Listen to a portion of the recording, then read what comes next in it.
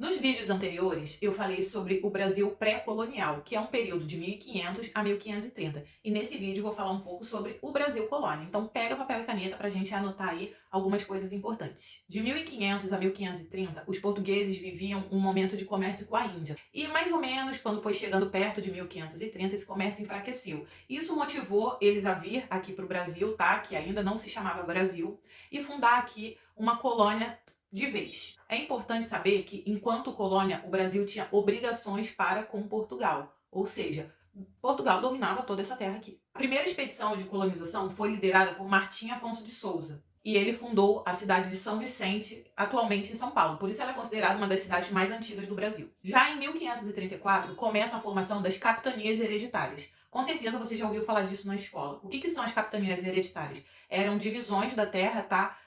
Meio que inspiradas no feudalismo europeu.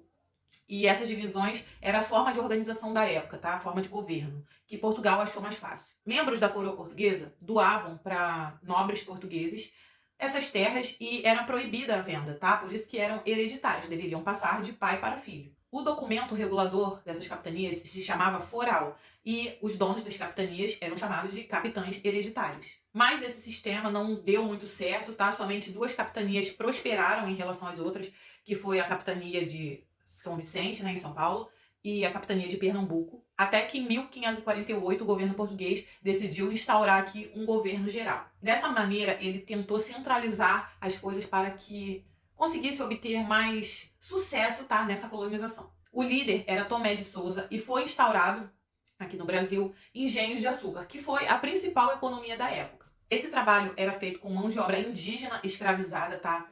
E é importante a gente lembrar o seguinte: quando os portugueses chegaram aqui, eles conseguiram criar laços com o indígena, tá? Negociações, mas não eram todas as comunidades indígenas que aceitavam isso, tá? Existiam comunidades indígenas que faziam oposição a esse tipo de coisa, mas a grande parte delas acabou aceitando e acabou se tornando escravizado, tá? Para trabalhar nesses engenhos de açúcar. Acontece que nem sempre houve paz, né? A maioria fugia e um fato que influenciou muito, tá? Essa mentalidade indígena nessa época foi a vinda dos jesuítas para o Brasil. Os jesuítas eram religiosos, tá? Europeus católicos que queriam fazer missões para difundir a fé católica. Porque lá na Europa estava se vivendo o contexto da reforma protestante, que deu uma abalada, tá, no catolicismo. Até que Portugal chega um momento que fica sem rei, porque Dom Sebastião morre e não deixa herdeiros. E esse período fica conhecido como União Ibérica, tá? Então, no caso, a Espanha acabou dominando o Brasil. Aqui no canal tem vídeo sobre União Ibérica, então dá uma assistida, tá? Para você se situar melhor. É importante a gente saber que nessa época Portugal tinha negócios com a Holanda, mas a Holanda era inimiga da Espanha. Então, a Espanha acabou proibindo o comércio, tá? Que levava açúcar do Brasil para a Europa, tá? No caso do Brasil para a Holanda. Nesse momento, o Brasil estava dividido em dois estados, tá?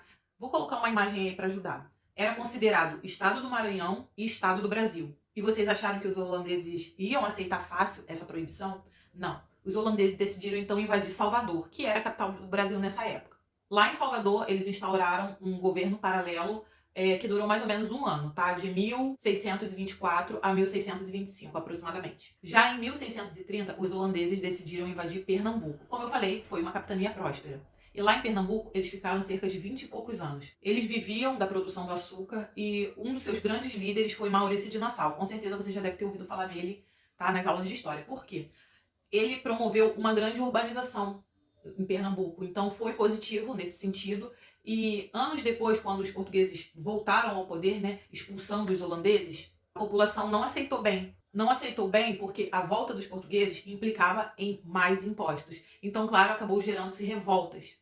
A revolta mais popular dessa época é a Guerra dos Mascates, lá em Pernambuco mesmo, e também houve revoltas em outros estados.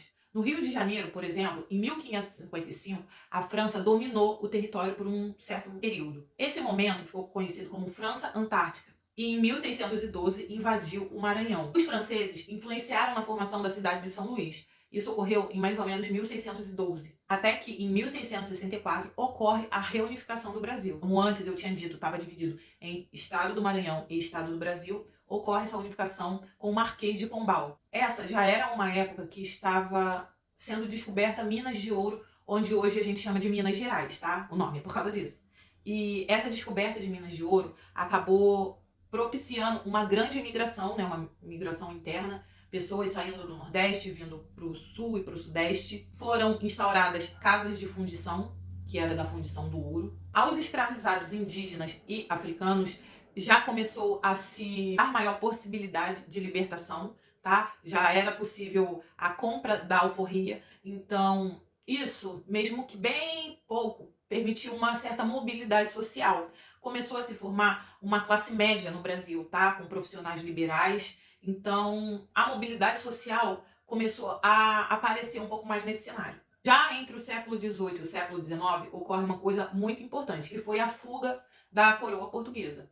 Eles estavam vivendo o contexto da era napoleônica, tem vídeo aqui no canal, e Napoleão Bonaparte estava querendo acabar com as monarquias absolutistas que reinavam na Europa, tá?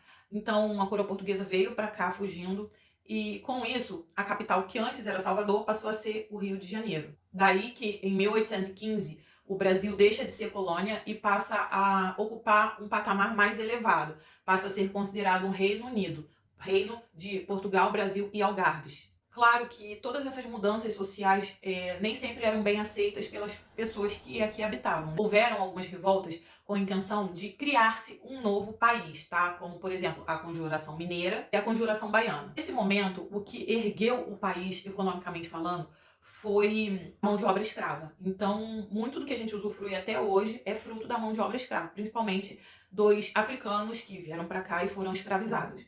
Mas eu prefiro falar sobre esse assunto num outro vídeo, tá? Num vídeo específico.